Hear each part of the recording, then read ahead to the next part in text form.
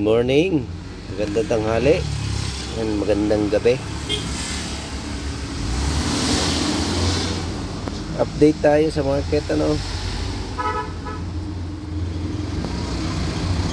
ayan, si Bitcoin sa higher time frame. So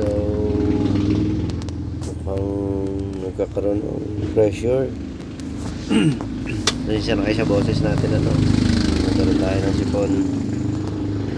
So yan, sa daily time frame ang ating projection dito, baba tayo sa 4 hours. So nakikita nyo, mukhang re-retest nya yung ating pivot point. Excuse me, retest. So once pinasok nyan, medyo magandang senyales, tayo sa baba. 1 hour.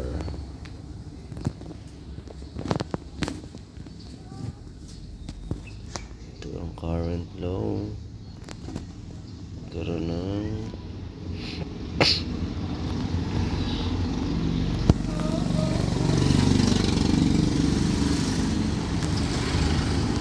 so dito sa ating lower time frame, nakikita niya yan, supply mukhang aarangkada na ang ating Bitcoin.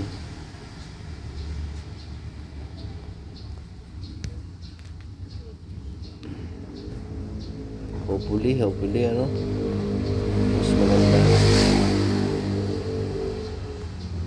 dun sa may mga holdings dyan sa spot. So mukhang maganda to. Punta natin yung Ethereum. So yan, ating projection sa Ethereum, baba tayo sa 4 hours. So ayan, didilitin na natin itong ating first projection. So binasag na ito, dilitin na natin ito.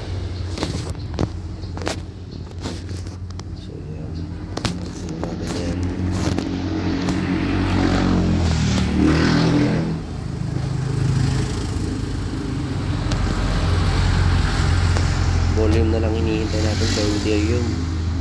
So pag ito nagdire-diretso, possible yung ating mga altcoin dyan, may mga mahihila na dyan na ilan. Baba tayo sa 1 hour. So dito natin, okay, ito ang kanyang lower low. Liquidity, nag-take ng inducement dito. So struggle pang tumaas. So again, nag-take ulit dito sa baba. Liquidity na lang hinihintay. Masyadong mahina ang volume na lang hinihintay natin.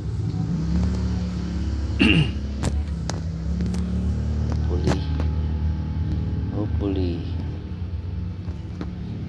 So maybe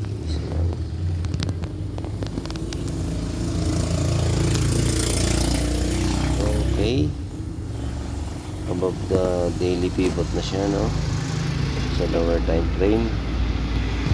Kung sa weekly naman, check natin. Okay, where is the pivot point? So ang pivot point natin ay nasa taas ng weekly. So lagi naman yan, magkakaroon tayo ng retest dyan.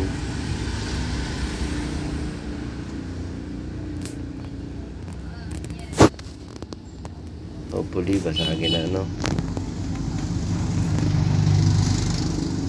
sa mga naiinip.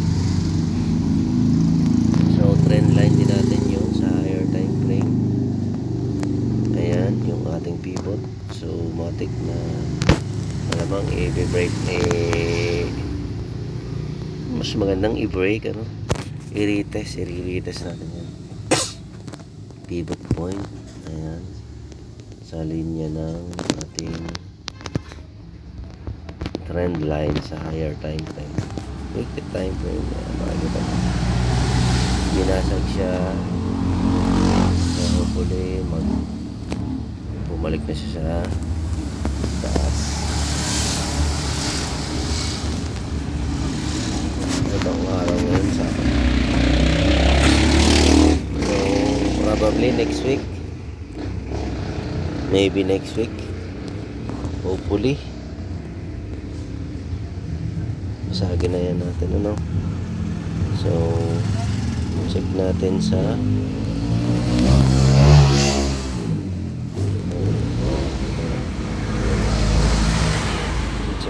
ang ating dominance sa daily dominance.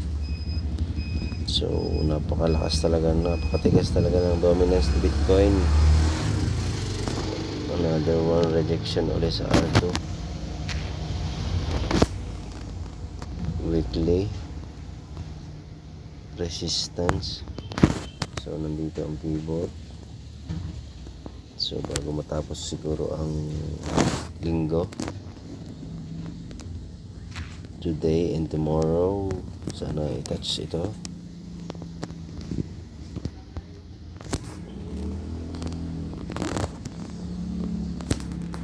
Bitcoin price naman is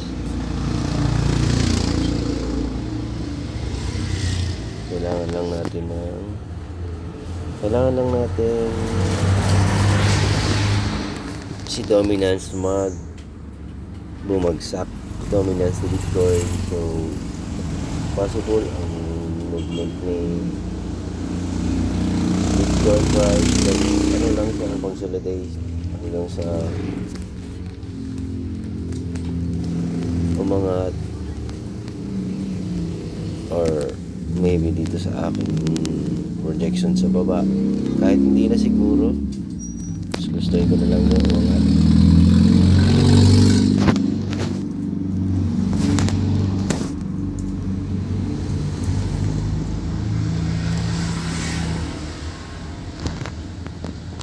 Matigas talaga ng ating dominant Bitcoin dominance. So para dun sa may mga holdings, altcoins, mid cap,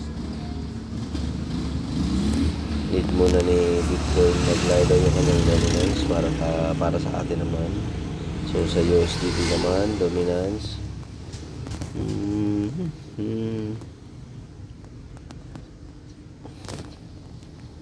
so mukhang maganda to. Magbaba na ulit siya sa ating pivot.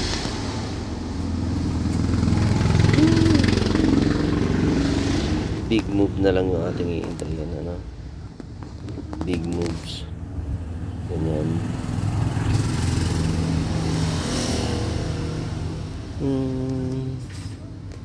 Sana, no? Sana.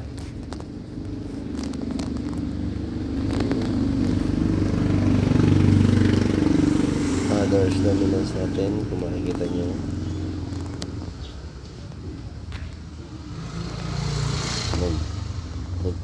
Nagtap ulit siya ating trend line. Konting-konti na lang. Makikita nyo, maliliit na yung candle niya. Since alam nyo naman kung anong ibig sabihin niya. Maliliit na yung mga candle. Naglalaban ang ating buy and sell. So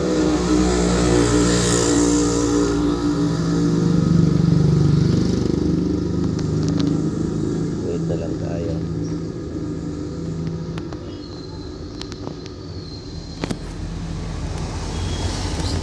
Marami niyang naiinip. Ayan, makita sa weekly. Ilan na yan?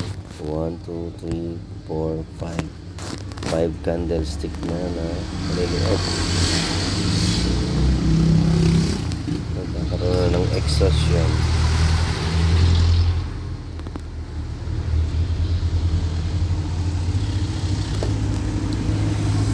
So yan lang, ano, maybe next week, sana bigyan na tayo ng magandang resulta sa ating mga trades, sa ating mga hinihintay. So as you can see sa Bitcoin, engulfing candle, another green one. Maganda itong pinapakita nitong Sabado-Linggo na ito. Mukhang next week mukhang may uptrend na mangyayari.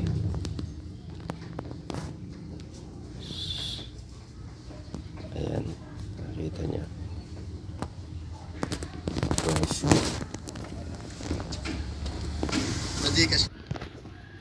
Ayan, may customer. Napakaganda ng church. Napakaganda ng chart. Mukhang para sa atin naman to. So Ethereum, currency, makikita nyo napakaganda rin ng church. Ethereum, mukhang para sa iyo naman.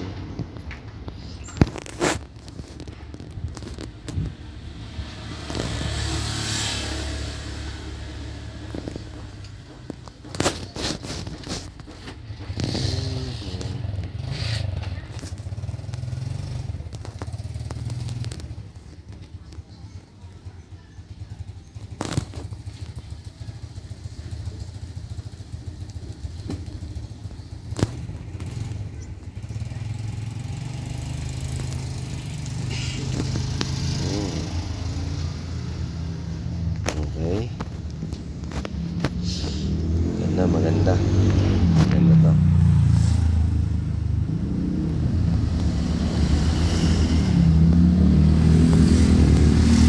Sensya na kayo, maingay. Nasa arsada kasi ako. So yun lang.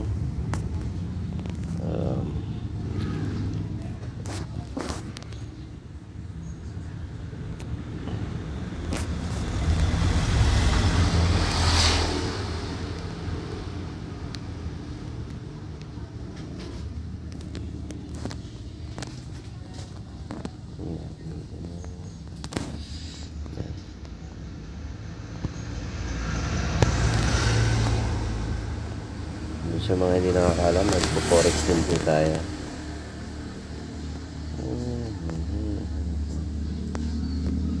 Observe lang kayo sa mga drawing ko dyan.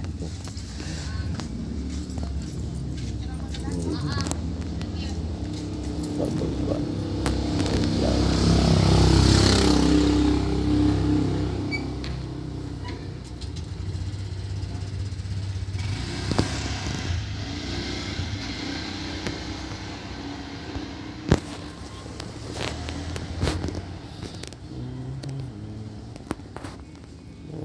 Itong dalawa.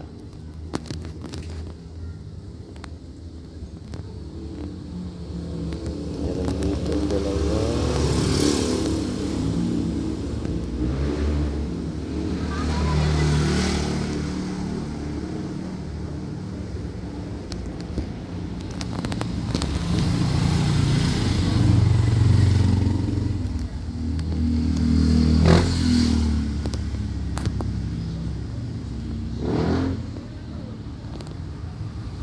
Share lang ako ng mga insight inside ideas.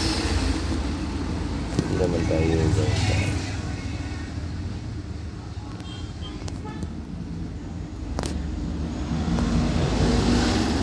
so kakaroon niya ng reaction dito.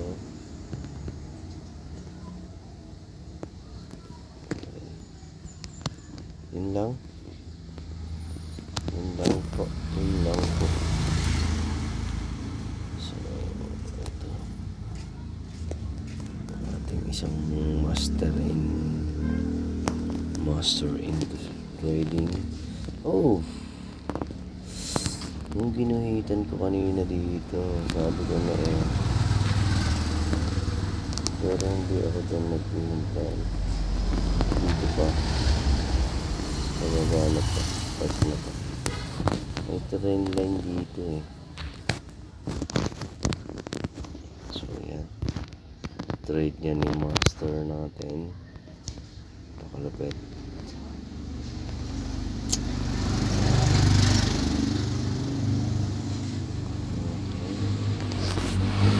Meron naman tayong umubuong pattern. Okay. So wait mong mag first pull back. May ganyan o ganito.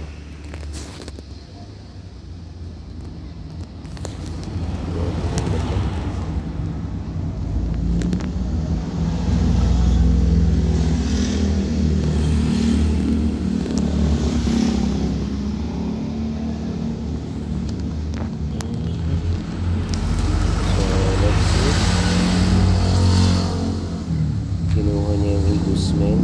So tingnan natin kung diretso niya yan. First pull back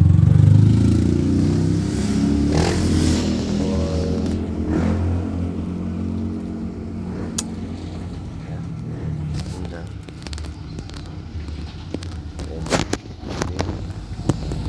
First pull back.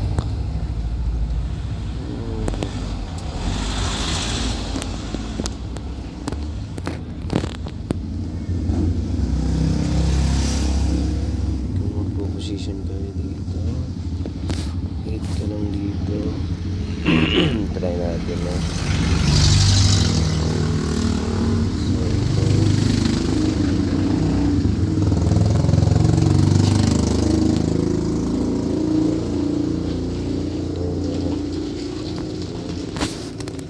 Dito lang yung SL natin. So ang papagitin mo is dito, itong kanan. Pero usually kapag hanggang dyan lang.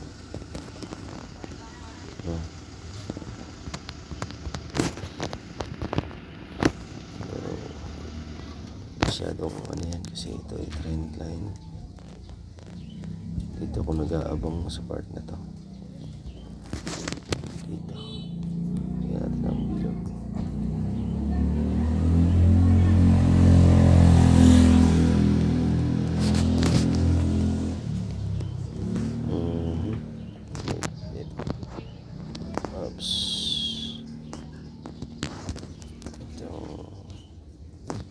Silver eclipse. Maybe dito. Yan. Maybe this one.